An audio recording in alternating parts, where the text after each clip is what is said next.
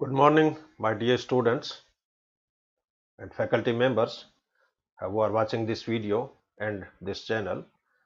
Myself, Dr. K.C. Soni, Associate Professor in Zoology, Government Lohia Postgraduate College, Churu, affiliated to Maharaja Ganga Singh University, Bikaner. In the lecture series of genetics, today I will deliver my talk on sex determination. आज की genetics की इस व्याख्यान माला में लिंग निर्धारण कैसे होता है, सेक्स का डिटर्मिनेशन कैसे होता है, उस पर मैं चर्चा करूंगा। क्योंकि एम्ब्रियोनिक डेवलपमेंट के दौरान सेक्स डिफरेंशिएशन भी होता है और सेक्स डिटर्मिनेशन भी होता है। सेक्स डिटर्मिनेशन की जो परिघटना है ये मुख्यतया क्रोमोसोम्स के द्वारा नियंत्रित होती है। कुछ एनिमल्स में हार्मोन भी इसके लिए उत्तरदायी होते हैं, एनवायरनमेंट भी उत्तरदायी होता है, फिजियोलॉजी भी उत्तरदायी होती है और अंडे के अंदर योग की मात्रा कितनी है उसके द्वारा भी इसका डिसाइडेशन होता है। लेकिन लिंग विभेदन की जो परिघटना है वो पूर्णतया हार्मोन के द्वारा कंट्रोल होती है। तो इन सभी पहलुओं को टच करते हुए मैं आज का व्याख्यान में आपसे शेयर करूंगा।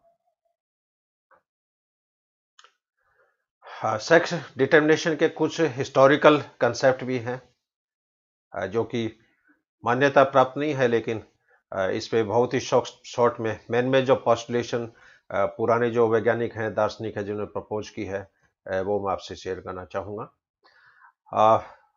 आज से हजारों वर्ष पहले यूनानी जो दार्शनिक थे, वो ये मानते थे कि सेक्स का डिटर्मिनेशन वो मदर और फादर के वीगरनेस पे डिपेंड करता है। यदि फादर में यदि ओज यदि ज़्यादा है, वीगर पावर ज़्यादा है, उस केस में संतति नर बनती है, यानी लड़के पैदा होते हैं। और यदि मदर ज़्यादा विगरस है, उस केस में फीमेल पैदा होती है। लेकिन हम जानते हैं कि इस सिद्धांत का कोई वैल्यू नहीं है, क्योंकि लिंग का निर्धारण है वो तो एक्स और वाई क्रोमोसोम्स के द्वारा होता है। इसके पश्चात एक और वैज्ञानिक थे थूरी। इन्होंने बताया कि निषेचन के समय फीमेल जो गैमिट है वो किस स्टेज में है, उस पे लिंग का निर्धारण होता है। यहाँ पर स्टेज से मतलब जैसे oogenesis हो रहा है तो सबसे पहले जैसे oogonia बनता है, oogonia से प्राइमरी oocyte बनता है, सेकेंडरी oocyte बनता है, उसके बाद में ओवम बनता है।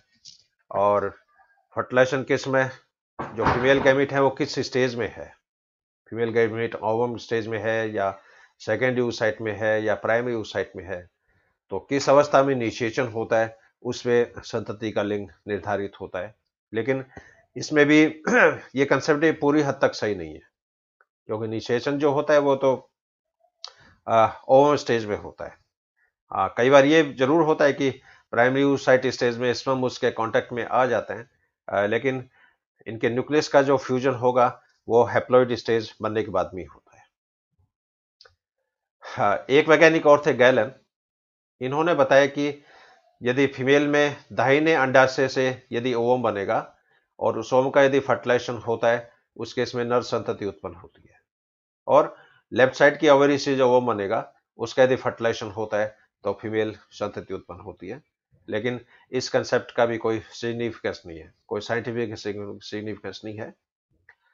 एक और वैज्ञानिक थे सैंक। इन्होंने बताया कि यदि फीमेल को न्यूट्रिशन यदि कम मिले, उस केस में नर संतति उत्पन्न होती है। और यदि फीमेल को अच्छी मात्रा में यदि न्यूट्रिशन मिलेगा, पोषण मिलेगा, उस केस में फीमेल संतति उत्पन्न होती है। ये डाइट से रिलेटेड है, लेकिन इस कंसेप्ट का भी कोई औचित्य नहीं है, कोई मतलब नहीं है। हाँ, इसके पश्चात में कुछ और पुराने जो दार्शनिक थे, उन्होंने बताया कि यदि सेक्सुअल कॉपुलेशन के समय यदि हवा उत्तर से दक्षिण दिशा में बहती है, उस समय नर संतति की उत्पत्ति होती है। और यदि हवा रिवर्स डायरेक्शन में बहती है, उस केस में फीमेल संतति की उत्पन्न होती है। लेकिन हवा के प्रवाह का भी कोई वैल्यू नहीं है, क्योंकि ये सारी फिलोसॉफिकल कंसेप्ट हैं। और क्योंकि आज से हजारों वर्ष पहले भी गुणसूत्रों के बारे में पता नहीं था, सूक्ष्मदर्शी नहीं थे, केवल बिलीफ था कि हवा किस डायरेक्शन बहती है, उसके अकॉर्डिंग संतति का सेक्स डिटर्मिनेशन होता है। इसी तरह एक कंसेप्ट यह है कि सेक्सुअल कॉपुलेशन के समय चंद्रमा की कलाएं कैसी है, पूर्णमासी का चंद्रमा है या चौथ का चंद्रमा है या अमावस्या है, तो चंद्रमा की जो कलाएं होती है उन कलाओं के अकॉर्डिंग जो सेक्सुअल कॉपुलेशन होता है और किस कला में किस तरह का फर्टिलाइजेशन होगा, उसी के अकॉर्डिंग संतति बनती है। और इस तरह की तो अवधारणा हिंदू माइथोलॉजी में जो पुराने जो ग्रंथ है, वेद है, पुराण है, उसके अंदर भी बाकायदा जिक्र किया है कि यदि पूर्णमासी का चंद्रमा होगा तो इस तरह की संतति पैदा होगी, चौथ का चंद्रमा है तो इस तरह की संतति पैदा होगी, दूज का चांद है तो इस तरह की संतति पैदा होगी। लेकिन इनका साइंटिफिक कोई वैल्यू नहीं है। हाँ ठीक है, ये पुराने वैदिक कंसेप्ट में इस तरह की चर्चाएं हैं, इस तरह कंसेप्ट है वो देखने को मिलते हैं। हाँ, इसके बाद में इनसे कुछ रिफाइंड थ्योरी और आई, हालांकि ये भी मान्यता प्राप्त नहीं है, लेकिन हिस्टोरिकल वैल्यू है इनकी। तो इसमें प्रोगैमिक थ्योरी है। प्रोगैमिक थ्योरी तो ये कहती है कि लिंग का निर्धारण जो होता है वो इनिशिएशन से पहले ही हो जाता है, sex determined prior to fertilisation. Syngamic theory ये कहती है कि सेक्स का डिटर्मिनेशन फर्टिलाइजेशन के समय होता है, और एपिगैमिक थ्योरी ये कहती है कि सेक्स का डिटर्मिनेशन फर्टिलाइजेशन के बाद में होता है। तो ये तीन थ्योरीज हैं, प्रोगैमिक थ्योरीज, सिनगैमिक थ्योरी और एपिगैमिक थ्योरी। प्रोगैमिक थ्योरी कहती है कि sex is determined prior to fertilisation. Syngamic theory ये बताती है कि sex is determined at the time of fertilisation, और एपिगैमिक थ्योरी ये बताती है कि sex is determined after the formation of zygote और आफ्टर द फर्टिलाइजेशन। हाँ, अब इसमें मॉडर्न कंसेप्ट, ये कंसेप्ट मान्यता प्राप्त है, और पूरे एनिमल किंगडम का यदि सर्वे करें तो अनेक प्रकार की लिंग निर्धारण की मैकेनिज्म है वो प्राणियों में पाई जाती है। और इनको मैं हेडिंग वाइज जैसे आपसे मैं चर्चा करूंगा, जैसे क्रोमोसोमल थ्योरी या sex determination by chromosome, environmental theory या sex determination by environment, hormonal theory या sex determination by hormone, metabolic theory means sex determination by metabolic activity, and parasitic theory means sex determination by parasites। और ये जो सिद्धांत है सभी के example देते हुए मैं चर्चा करूंगा। तो गुणसूत्रों का सिद्धांत है, पर्यावरण सिद्धांत है, हार्मोनल सिद्धांत है, मेटाबॉलिक सिद्धांत है और पैरासिटिक थ्योरी है। सबसे पहले क्रोमोसोमल थ्योरी या लिंग निर्धारण गुणसूत्रों के द्वारा। अब इस थ्योरी के सपोर्ट में भी ये 7 सब थ्योरीज और है, 7 इसके सब डिवीजन सही मान के चलो। इसमें पहला है थ्योरी ऑफ हिट्रोगैमेटिक, विषम युग्मता का सिद्धांत, जैनिक संतुलन का सिद्धांत, मात्रात्मक सिद्धांत, हेप्लोडिप्लॉइड मैकेनिज्म, गिनेंद्रोमॉर्फ, मोनोफैक्टोरियल सेक्स डिटर्मिनेशन और साइटोलॉजिकल बेसिस। लेकिन इसमें मुख्य जो थ्योरी है वो है थ्योरी ऑफ हिट्रोगैमेटिक, लेकिन इसमें भी वेरिएशंस हैं, विभिन्नताएं हैं, वो प्राणियों में देखने को मिलेगी। इन सभी को मैं विथ एग्जाम्पल में आपसे चर्चा करूंगा। सबसे फर्स्ट जो है गुणसूत्रीय सिद्धांत में इनका सब थ्योरी, थ्योरी ऑफ हिट्रोगैमेट। ये सिद्धांत कॉरल्स ने प्रपोज किया था 1906 में, और इन्होंने बताया कि प्राणियों में सेक्स डिटर्मिनेशन 3 विधियों के द्वारा होता है, XY मेथड के द्वारा, X0 मेथड के द्वारा और ZW मेथड के द्वारा। अब हिट्रोगैमेट इसलिए नाम दिया कि यहाँ पर अब XY मेथड में जो गैमेट बनेंगे उसमें एक में X स्पर्म होगा, X क्रोमोसोम होगा, एक में Y क्रोमोसोम होगा। X0 मेथड में एक के अंदर X क्रोमोसोम होगा, एक में Y क्रोमोसोम नहीं होता है, इसलिए इसके 0 नाम दिया है। और ZW मेथड ये जनरली पक्षियों में पाया जाता है, कुछ इंसेक्ट्स में पाया जाता है। तो यहाँ पर क्या होता है कि X क्रोमोसोम को Z के द्वारा निरूपित करते हैं और Y क्रोमोसोम को W के द्वारा रिपीट करते हैं, लेकिन यहाँ पर विषम युग्मक बनते हैं, इसलिए इस सिद्धांत का नाम दिया है थ्योरी ऑफ हिट्रोगैमेट्स। इसमें सबसे फर्स्ट जो सपोर्टेड थ्योरी है दैट इज XY मेथड। इस सिद्धांत को सबसे पहले विल्सन ने लाइजियस नामक इंसेक्ट में इसको ऑब्जर्व किया था, इसलिए इस सिद्धांत को लाइजियस मेथड के नाम से भी जाना जाता है। XY प्रकार का जो लिंग निर्धारण है ये मनुष्यों में पाया जाता है, ड्रोसोफिला में पाया जाता है और मेलांडियम पौधे में पाया जाता है। तो ये तीनों एग्जांपल मैं आपसे शेयर करूंगा। ह्यूमन, इसके अंदर XY विधि है, ड्रोसोफिला में XY विधि है और मेलांडियम प्लांट है, इसके अंदर भी XY विधि है। सबसे पहला एग्जांपल ह्यूमन का। ह्यूमन में आप जानते हो कि नर के अंदर 44 कई गुणसूत्र होते हैं, सोमेटिक क्रोमोसोम होते हैं या ऑटोसोम होते हैं, और एक जोड़ी एक्स वाई सेक्स क्रोमोसोम होता है। इसी तरह फीमेल के अंदर 44 ऑटोसोम होते हैं और एक जोड़ी सेक्स क्रोमोसोम एक्स एक्स के रूप में होता है। इसलिए यहाँ पर नर का जो कॉम्बिनेशन है वो तो हो जाएगा 44 प्लस एक्स वाई, और फीमेल का कॉम्बिनेशन हो जाएगा 44 प्लस एक्स एक्स। अब यहाँ पर नर में दो तरह के शुक्राणु बनेंगे। एक शुक्राणु तो ऐसे बनेंगे जिसमें एक्स गुणसूत्र हैं, एक स्पर्म ऐसे बनेंगे जिसके अंदर वाई क्रोमोसोम है, और फीमेल के अंदर जो वो बनते हैं दोनों में एक्स क्रोमोसोम होता है। तो यहाँ पर जो ओवम बन रहे हैं वो 22 प्लस एक्स टाइप के हैं। हालांकि इसमें एक ओवम ऐसा होगा जिसमें एक एक्स गुणसूत्र बार बॉडी के रूप में है, क्योंकि फीमेल में जो दोनों एक्स क्रोमोसोम है ये एक्टिव नहीं है। इसमें एक एक जो एक्स गुणसूत्र है वो निष्क्रिय हो जाता है, और ये निष्क्रिय एक्स गुणसूत्र है, इसको बार बॉडी के नाम से जाना जाता है। हालांकि ये बार बॉडी वाला गुणसूत्र जब नर में आएगा आफ्टर फर्टिलाइजेशन तो ये सक्रिय एक्स गुणसूत्र में कन्वर्ट हो जाता है। तो ये हेटेरोक्रोमेटाइजेशन की परिघटना ह्यूमन के अंदर ये चलती रहती है। अब इस चेकर बोर्ड में आप देख रहे हो एक्स स्पर्म जब एक्स अंडे से फर्टिलाइज होगा तो एक्स एक्स कॉम्बिनेशन ये फीमेल बनेगी। इसी तरह ये एक्स गुणसूत्र इस एक्स अंडे से फर्टिलाइज होगा, एक्स एक्स कॉम्बिनेशन बनेगा, यहाँ पर फीमेल बनेगी। ये वाई गुणसूत्र इस एक्स अंडे से फर्टिलाइज होगा, एक्स वाई कॉम्बिनेशन ये फीमेल मेल बनेगी। और ये वाई स्पर्म इस एक्स ओवम से फर्टिलाइज होगा तो एक्स वाई कॉम्बिनेशन बनेगी, ये फीमेल बनेगी। तो यहाँ पर ये जो स्काई कलर में जो दिखाया है ये मेल कॉम्बिनेशन है, और येलो कलर में जो दिखाया है ये फीमेल कॉम्बिनेशन है। तो ये मनुष्य के अंदर एक्स वाई प्रकार का लिंग निर्धारण परिघटना पाई जाती है। हाँ, दूसरा एग्जाम्पल ड्रोसोफिला। ड्रोसोफिला में क्या है कि 3 जोड़ी काई गुणसूत्र पाए जाते हैं और एक जोड़ी सेक्स क्रोमोसोम होता है। इसलिए नर में इसको 3AA प्लस XY के द्वारा, ए का मतलब ऑटोसोम, यानी 3 जोड़ी ऑटोसोम, एक जोड़ी XY सेक्स क्रोमोसोम, और फीमेल का जो जीनोटाइप होगा 3AA प्लस XX। अब इसमें क्या होगा कि एक्स गुणसूत्र पर जो जीन्स होते हैं उसमें लिंग सहलग्न की परिघटना भी पाई जाती है, क्योंकि सेक्स लिंक्ड इनहेरिटेंस जो होता है वो सेक्स क्रोमोसोम्स के कारण ही होता है। और फीमेल के अंदर केवल एक ही तरह के ओवम का प्रोडक्शन होगा, वो है 3A प्लस एक्स। लेकिन नर ड्रोसोफिला में दो तरह के स्पर्म बनेंगे, 3A प्लस एक्स और 3A प्लस वाई। इस चेकर बोर्ड में आप देख रहे हो, ये फीमेल है मेल है।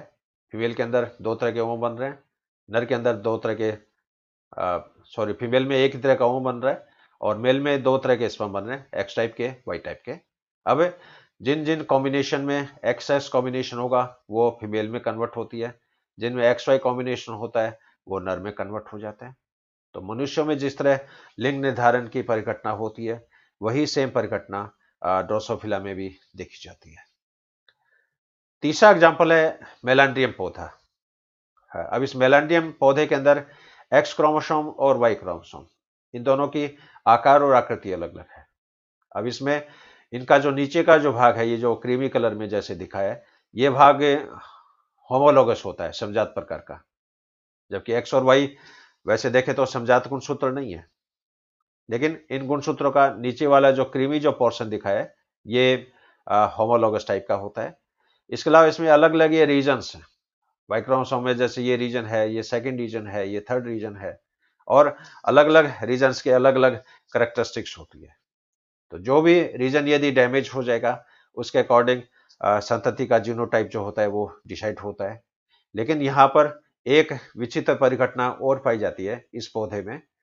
इसमें क्या होता है कि जो वाई क्रोमोसोम होता है ये वाई क्रोमोसोम 4X क्रोमोसोम के बराबर है, यानी एक वाई गुणसूत्र 4X क्रोमोसोम का जो एक्सप्रेशन है, जो अभिव्यक्ति है, उसको ये दबा देता है।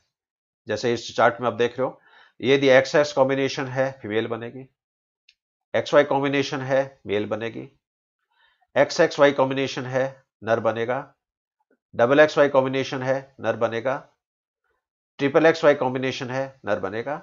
अब यहां पर आप देख रहे हो वाई क्रोमोसोम एक है लेकिन एक्स क्रोमोसोम 3 है, फिर भी इसमें नर संतति की उत्पत्ति होती है। तो यहां पर एक वाई क्रोमोसोम 4X के बराबर है, 4 से ज्यादा यदि एक्स क्रोमोसोम होंगे और ऑटोसोम की संख्या अलग होगी, उस केस में फीमेल की प्रोडक्शन होती है। और कई बार इसमें ये द्विलिंगी पौधे जो होते हैं हर्मेफ्रोडाइट, अब जैसे इस केस में 4 जोड़ी ऑटोसोम है, 4 इसके अंदर एक्स क्रोमोसोम है, 1 वाई क्रोमोसोम है, और यहाँ पर सेक्स इंडेक्स 1 है, और ये जो संतति बनेगी ये हर्मेफ्रोडाइट की होती है। लेकिन ये परिघटना ओकेशनल होती है, ये मेलान्डियम पौधे में। तो एक्स वाई मैकेनिज्म मनुष्यों के अंदर देखने को मिलेगी, ड्रोसोफिला में देखने को मिलेगी, और मेलान्डियम नामक पौधे के अंदर देखने को मिलेगी। अब चूंकि इसमें अलग अलग गैमिट्स बनते हैं, इसलिए इसे विषम युग्मक का सिद्धांत या थ्योरी ऑफ हिट्रोगैमिट के नाम से जाना जाता है। सेकेंड टाइप है इसमें एक्स जीरो मेथड। यहाँ पर जीरो का अर्थ है यहाँ पर वाई गुणसूत्र अनुपस्थित है, और इस तरह की जो मैकेनिज्म होती है ये मनुष्यों में पाई जाती है, सॉरी इंसेक्ट के अंदर पाई जाती है। और इंसेक्ट में आप देख रहे हो कि वाई गुणसूत्र अनुपस्थित होता है, इसलिए इसमें एक्स जीरो के रूप में इसको रिप्रेजेंट किया जाता है, और फीमेल में इसे एक्स एक्स के रूप में निरूपित किया जाता है। तो ग्रासहोपर का एग्जाम्पल मैं यहाँ पर मैं आपसे शेयर कर रहा हूँ। ग्रासहोपर के नर में 11 जोड़ी काई गुणसूत्र हैं और एक्स जीरो कॉम्बिनेशन है, यानी मेल ग्रासहोपर में वाई गुणसूत्र नहीं होता है, लेकिन फीमेल में 11 जोड़ी ऑटोसोम है और 1 जोड़ी एक्स एक्स इसमें सेक्स क्रोमोसोम है। तो यहाँ पर मेल का जीनोटाइप 11 प्लस एक्स जीरो और फीमेल का genotype 11A plus x x, यानी नर में यूं मान के चलिए 23 गुणसूत्र हैं और फीमेल के अंदर 24 गुणसूत्र हैं। अब यहाँ पर जो नर होगा उसमें 2 तरह के स्पर्म बनेंगे। एक स्पर्म तो ऐसा है जिसके अंदर एक्स गुणसूत्र है, एक स्पर्म ऐसा है जिसके अंदर वाई गुणसूत्र नहीं है, उसको जीरो के रूप में रिप्रेजेंट करेंगे। तो जिस स्पर्म का किस ओवम से फर्टिलाइजेशन हो रहा है उसके अकॉर्डिंग संतति का जीनोटाइप जो होता है वो डिसाइड हो जाता है। जैसे इस चेकर बोर्ड में आप देख रहे हो, यदि फर्टिलाइजेशन बाद में एक्स एक्स कॉम्बिनेशन है फीमेल बनेगी, केवल एक्स क्रोमोसोम है नर बनेगा, एक्स एक्स क्रोमोसोम है फीमेल बनेगी, केवल एक्स क्रोमोसोम है या एक्स जीरो कॉम्बिनेशन है तो मेल बनेगी। और इस तरह का जो लिंग निर्धारण होता है ये ग्रास हॉपर्स में भी पाया जाता है, एफिड्स में भी पाया जाता है, हनी बी में भी पाया जाता है, और हेमिप्टेरा के सदस्यों में भी पाया जाता है। और इस विधि को प्रोटेनोर मेथड के नाम से भी जाना जाता है। तीसरी विधि है ZW मेथड। ZW परिघटना मोथ में पाई जाती है, मछलियों में पाई जाती है और पक्षियों में पाई जाती है। अब यहां पर क्या होता है कि नर जो होते हैं उसके अंदर एक्स कॉम्बिनेशन है, नर में वाई गुणसूत्र नहीं होता है, लेकिन फीमेल जो होती है उसके अंदर एक्स वाई कॉम्बिनेशन होती है। अब यहां पर कंफ्यूजन नहीं हो इसलिए एक्स गुणसूत्र को जेड के द्वारा निरूपित किया जाता है और वाई गुणसूत्र को डब्ल्यू के द्वारा निरूपित किया जाता है। तो पक्षियों में नर जो है वो तो समयुग्म की है और मादाएं जो होती है वो विषम युग्म की होती है, इसलिए नर का कॉम्बिनेशन जेड जेड प्रकार का मिलेगा और मादा का कॉम्बिनेशन जेड डब्ल्यू प्रकार का मिलेगा। तो यहाँ पर एक्स वाई एक्स एक्स के रूप में रिप्रेजेंट नहीं करेंगे, यहाँ पर जेड डब्ल्यू के रूप में रिप्रेजेंट करेंगे, क्योंकि एक्स क्रोमोसोम जेड के द्वारा निरूपित हो रहा है और वाई क्रोमोसोम डब्ल्यू के द्वारा निरूपित हो रहा है। ये जैसे कबूतर का एग्जाम्पल दिखाया है, कबूतर के अंदर क्या है कि 39 जोड़ी तो का एक गुणसूत्र है और एक जोड़ी इसमें सेक्स क्रोमोसोम है। तो नर का genotype 39 pair autosome plus Z Z sex chromosome, और फीमेल में 39 pair autosome plus Z W sex chromosome. तो यहाँ पर फीमेल जो है वो 2 तरह के अंडे देगी, एक अंडे ऐसे जिसके अंदर जेड क्रोमोसोम होगा, एक अंडे ऐसे जिसके अंदर डब्ल्यू क्रोमोसोम होगा। अब इनके फर्टिलाइजेशन से जेड जेड कॉम्बिनेशन वाले जितने भी जाइगोट हैं वो नर में कन्वर्ट हो जाएंगे, वो मादा में कन्वर्ट हो जाएंगे, सॉरी जेड जेड कॉम्बिनेशन है वो नर में कन्वर्ट हो जाएंगे, और जेड डब्ल्यू कॉम्बिनेशन है वो सारी फीमेल के अंदर कन्वर्ट हो जाएगी। तो ये बहुत ही इंटरेस्टिंग परिघटना पक्षियों के अंदर देखने को मिलती है। यहाँ पर पीजन का एग्जाम्पल ये मैंने यहाँ पर आपसे शेयर किया है। अब क्रोमोसोमल थ्योरी में ये तो हिट्रोगैमेटिक थ्योरी हो गई, इसके बाद में जेनिक बैलेंस थ्योरी। क्यों कई बार देखा है कि जीनोटाइप XY है लेकिन संतति फीमेल बन जाती है, कई बार जीनोटाइप XX है, संतति मेल बन जाती है। उस केस में और अलग इंटरेस्टिंग परिघटनाएं है वो पाई जाती है।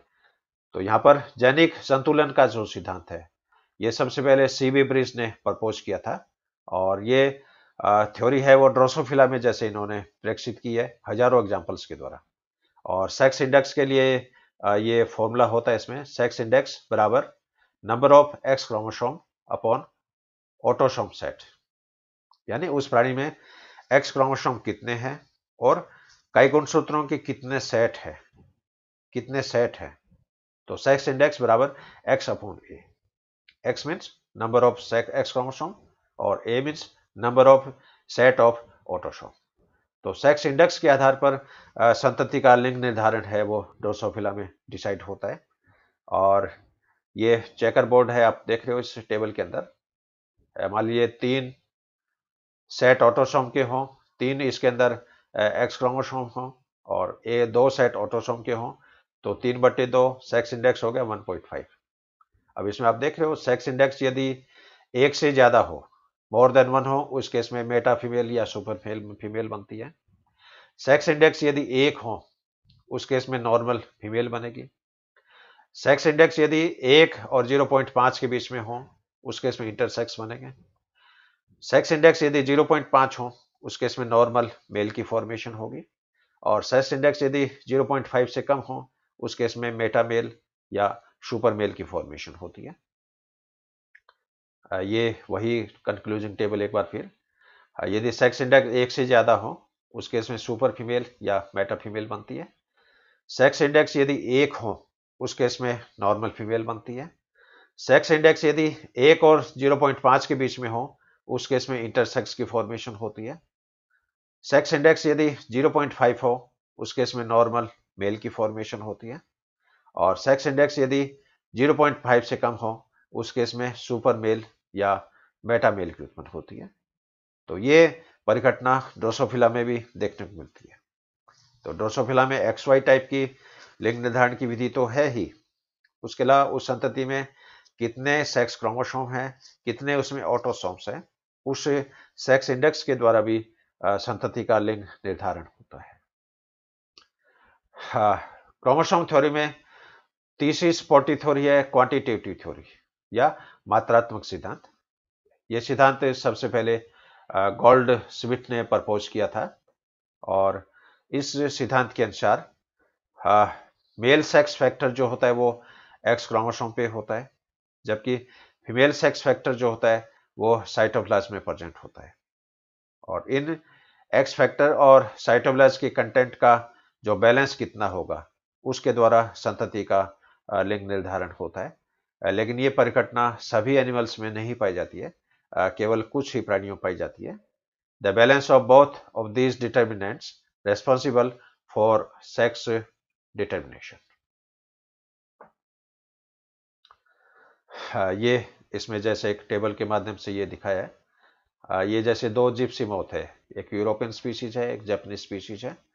अब यूरोपियन स्पीशीज की फीमेल हो और इसकी क्रॉसिंग जापानीज मेल से यदि करवाएं, तो F1 संतति में नर संतति है वो तो नॉर्मल होगी, लेकिन फीमेल संतति है वो इंटरसेक्स के रूप में होगी। लेकिन F2PD में नर संतति नॉर्मल होगी और फीमेल संतति में 50% नॉर्मल होती है, 50% इंटरसेक्स के रूप में होती है। और यही क्रॉस यदि रिवर्स कर दिया जाए, यदि जापानीज फीमेल ली जाए और यूरोपियन संतति मेल ली जाए, तो इस केस में F1PD में नर संतति है वो तो सामान्य होगी, फीमेल संतति भी सामान्य होगी, लेकिन F2PD में नर संतति में 50% नॉर्मल होंगे और 50% इंटरसेक्स के रूप में होंगे, और जबकि फीमेल प्रोजेनी है वो नॉर्मल होती है।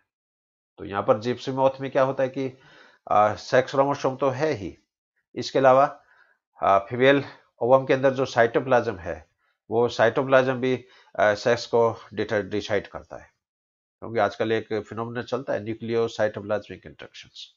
तो केंद्र के अलावा केंद्र के चारों ओर का जो कोशिका द्रव्य होता है, वो भी संतति के फिनोटाइप को डिसाइड करता है।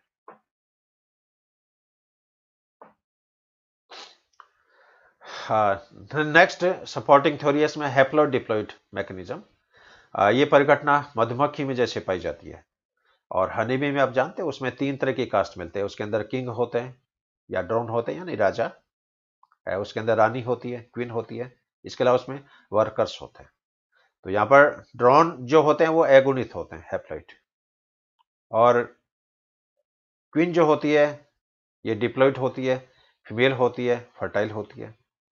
जितने भी इनके जो सैनिक हैं, वर्कर्स हैं, वो डिप्लॉइड है, फीमेल है, लेकिन इनफर्टाइल है, स्टेराइल नहीं है, इनफर्टाइल है, क्योंकि वर्कर में फीमेल के द्वारा स्रावित फिरोमोन के कारण oogenesis की प्रक्रिया स्टॉप हो जाती है। और यदि छाते से रानी मक्खी की डेथ हो जाए या रानी मक्खी को हटा लिया जाए, तो उस केस में देखा गया कि जो रानी के निकट रहने वाले जो वर्कर्स होते हैं, वो वर्कर्स में oogenesis की प्रक्रिया प्रारंभ हो जाती है और वो रानी का रूप ले लेती है, फर्टाइल में वो कन्वर्ट हो जाती है। तो यहाँ पर जैसे एग्जाम्पल दिया है इसमें, डिप्लॉइड फीमेल है और इसके अंदर जैसे एगुणित जैसे अंडे बने, और इन अंडों का यदि फर्टिलाइजेशन नहीं हो, उस केस में क्या होगा, पार्थिनोजेनेसिस के द्वारा सभी ये एगुणित अंडे नर के अंदर कन्वर्ट हो जाते हैं। और यदि इन अंडों का यदि फर्टिलाइजेशन होता है तो इस केस में फीमेल बनेगी। लेकिन फीमेल का जो डेवलपमेंट है वो न्यूट्रिशन पे डिपेंड करता है। यदि इनके लार्वल स्टेजेस को, पीपल स्टेजेस को यदि रॉयल जेली खिलाई जाए, शाही भोजन खिलाया जाए, तो ये रानी मक्खी में कन्वर्ट होती है। और इनको यदि रॉयल जेली के साथ साथ मिक्स टाइप का यदि फूड इनको दिया जाए, उस केस में ये वर्कर्स में कन्वर्ट हो जाती है। तो डिप्लॉइड अंडे के द्वारा वर्कर्स भी बनते हैं और रानी भी बनती है, लेकिन ये डिपेंड करता है इनको परिवर्तन के दौरान किस तरह का पोषण प्रदान किया जा रहा है, किस तरह की फूड सप्लाई इनको दी जा रही है। Next example is gynandromorph. Gynandromorph में क्या होता है कि शरीर का आधा भाग नर होता है, आधा भाग मादा के रूप में होता है। अब इस तरह की जो संतति है, उन संतति का निर्माण कैसे होगा, जैसे मान लीजिए कोई हैप्लॉइड ओवम है सपोज, और उस हैप्लॉइड ओवम के संपर्क में जो ही शुक्राणु आएगा, इस ओवम में फर्टिलाइजेशन के बिना ही पहला क्लीवेज हो जाता है। स्पर्म ओवम के अंदर प्रवेश नहीं किया है, स्पर्म है वो जस्ट ओवम की प्लाज्मा झिल्ली के कांटेक्ट में आया, और कांटेक्ट में आते ही ओवम को एक तरह का उद्दीपन मिलता है, एक तरह का स्टिमुलस मिलता है, और स्टिमुलस मिलते ही क्या होगा, ओवम के अंदर क्लीवेज का जो प्रोसेस है वो स्टार्ट हो जाता है। अब पहले क्लीवेज में जो 2 ब्लास्टोमियस बनी, इन अगुणित ब्लास्टोमियस का फर्टिलाइजेशन होता है। तो मान लीजिए एक ब्लास्टोमियर का एक्स टाइप के स्पर्म से फर्टिलाइजेशन हो गया, दूसरी जो ब्लास्टोमियर है उसका मान लीजिए वाई टाइप के स्पर्म से फर्टिलाइजेशन हो गया। उस केस में क्या होगा, इस 2 सेल वाली स्टेज में लेफ्ट साइड का कॉम्बिनेशन मान लो एक्स एक्स बन गया, राइट साइड का कॉम्बिनेशन एक्स वाई बन गया। अब इससे जो आगे जो संतति बनेगी, उसमें बॉडी का आधा भाग फीमेल के रूप में होता है, आधा भाग नर के रूप में होता है, और इस तरह की जो संतति होती है इसको गिनेंद्रोमॉर्फ के नाम से जाना जाता है। और अपने हिंदू माइथोलॉजी में भी अर्धनारीश्वर की फोटो जैसे आपने देखी होगी, जिसमें आधा भाग शिव जी का है, आधा भाग पार्वती का है। तो इस तरह की परिकल्पना हिंदू माइथोलॉजी में है, आज के हजारों वर्ष पहले कर ली गई थी। लेकिन इंसेक्ट में ये परिघटना नॉर्मली देखने को मिलती है। अब ये ड्रोसोफिला है, ये एक्चुअल डायग्राम है। इसमें आप देख रहे हो एक तरफ की आंखें व्हाइट है, एक तरफ की आंखें लैल है, एक तरफ के पंख छोटे हैं, एक तरफ के पंख बड़े हैं, एक तरफ में एब्डोमेन का आधा भाग है वो काला है, आधा भाग है ये क्रीमी कलर का है, एक तरफ की टांगे हैं वो छोटी है, एक तरफ की टांगे हैं बड़ी है। इसमें अगर टांग में आप देख रहे हो ये सेक्स कॉम्पोर्जेंट है, इसमें सेक्स कॉम्पोर्जेंट नहीं है। तो ये गिनेंद्रोमॉर्फ जो है ये 3 प्रकार के हो सकते हैं।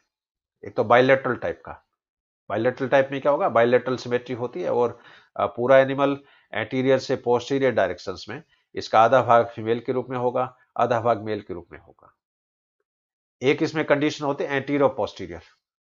एंटीरियर पोस्टीरियर में क्या होगा, यदि शरीर का आगे का आधा भाग नर है तो पीछे का आधा भाग फीमेल के रूप में होता है।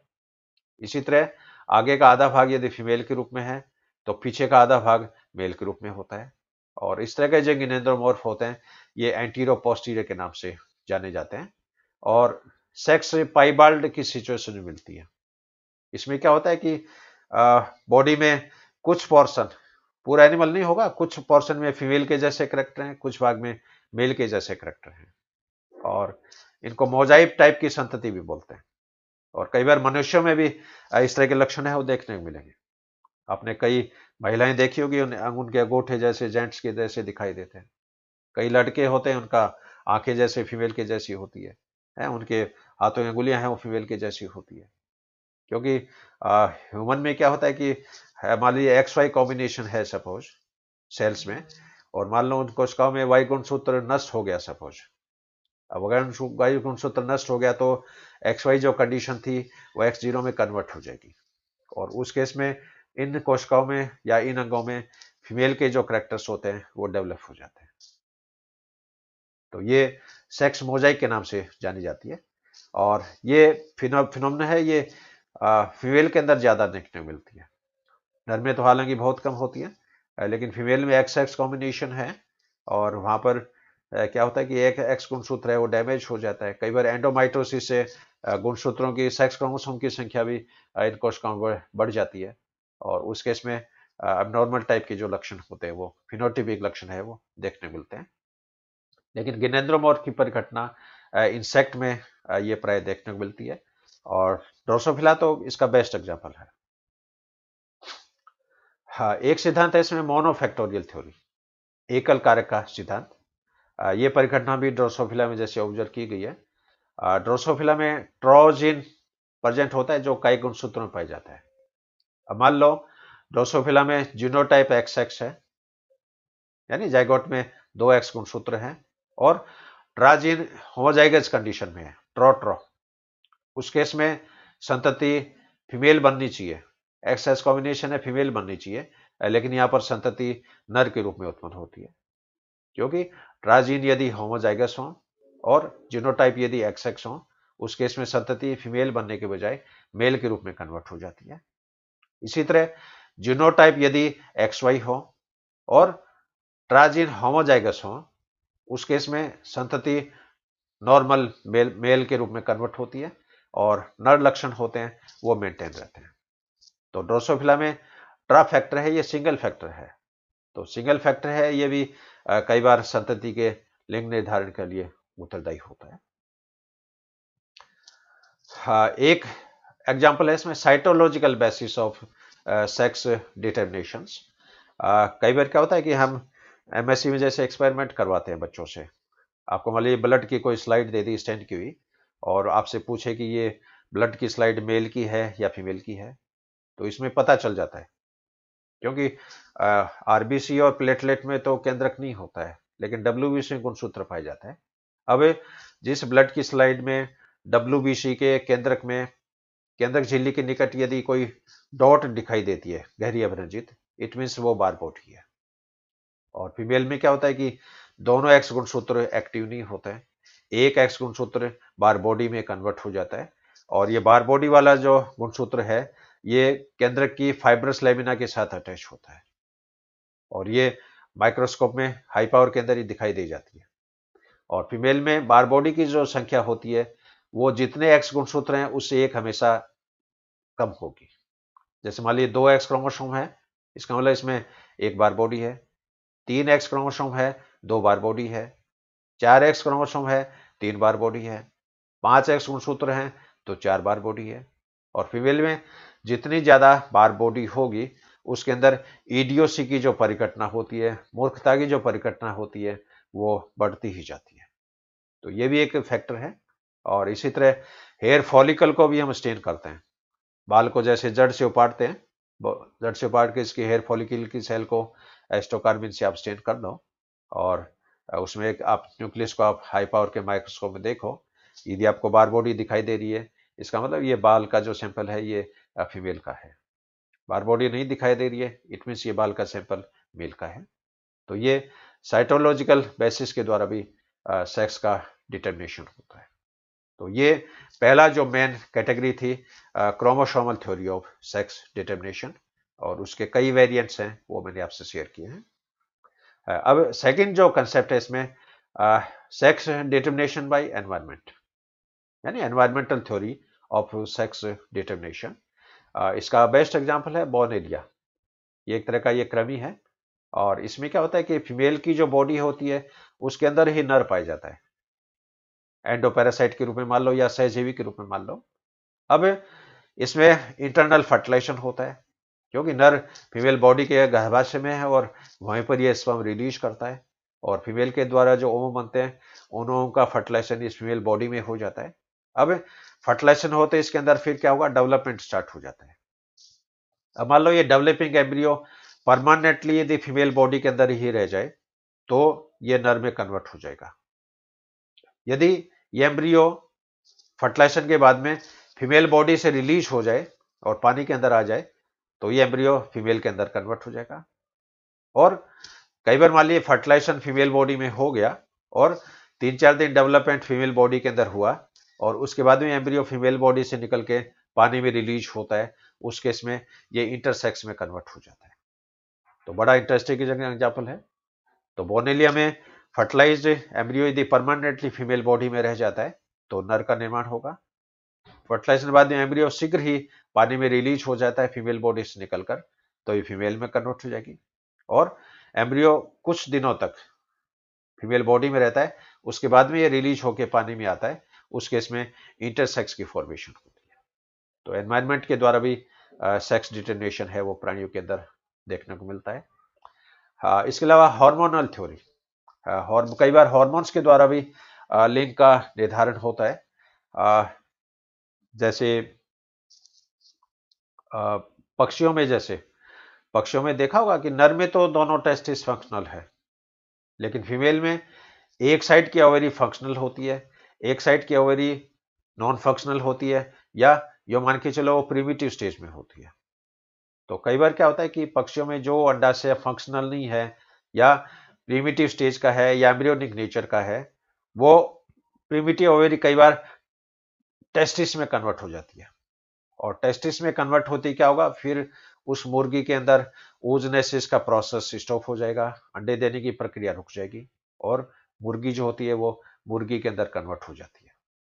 और इस तरह की जो संतति होती है इसको क्रू हैन के नाम से जाना जाता है। कई बार मनुष्यों में भी इस तरह के बच्चे पैदा हो जाते हैं जिनको फ्री मार्टिन के नाम से जाना जाता है।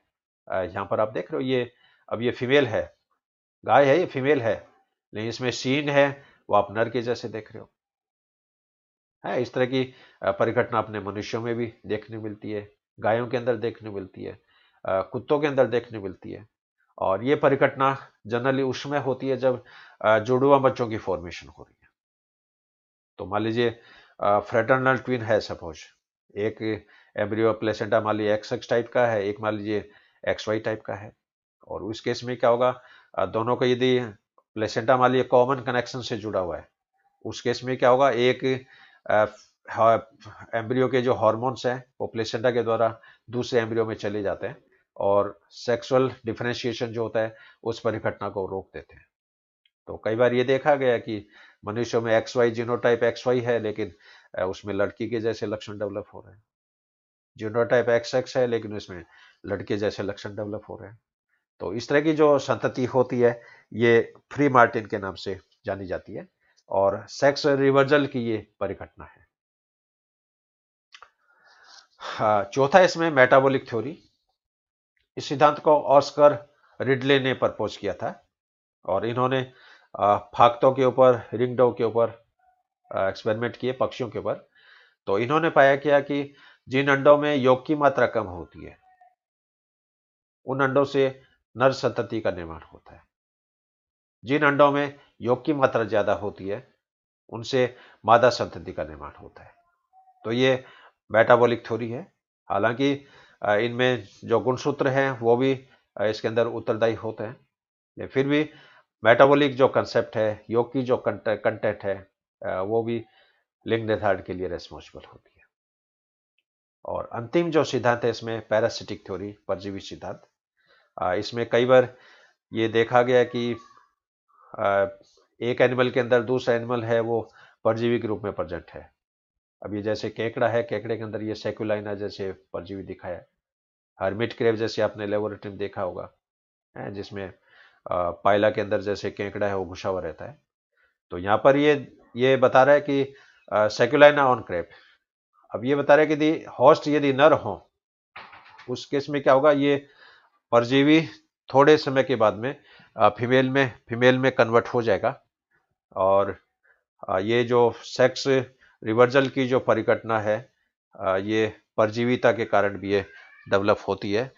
और ये काफ़ी इंटरेस्टिंग एग्जांपल मैंने आपसे शेयर किए हैं, जो कि जेनेटिक्स में एनिमल्स के अंदर देखने को मिलेंगे। तो chromosomal theory of sex determination sex index के द्वारा भी है, पैरासाइट के द्वारा भी है, एनवायरनमेंट के द्वारा भी है, मेटाबॉलिक कंसेप्ट के द्वारा भी है।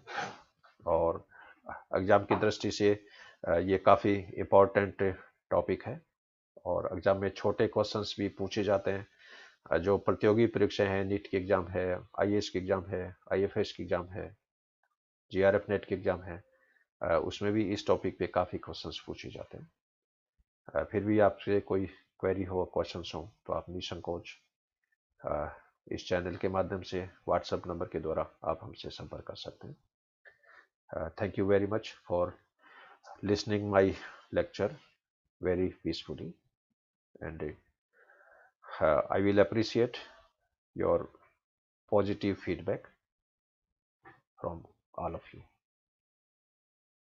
Thank you very much. Have a good day. Have a great day.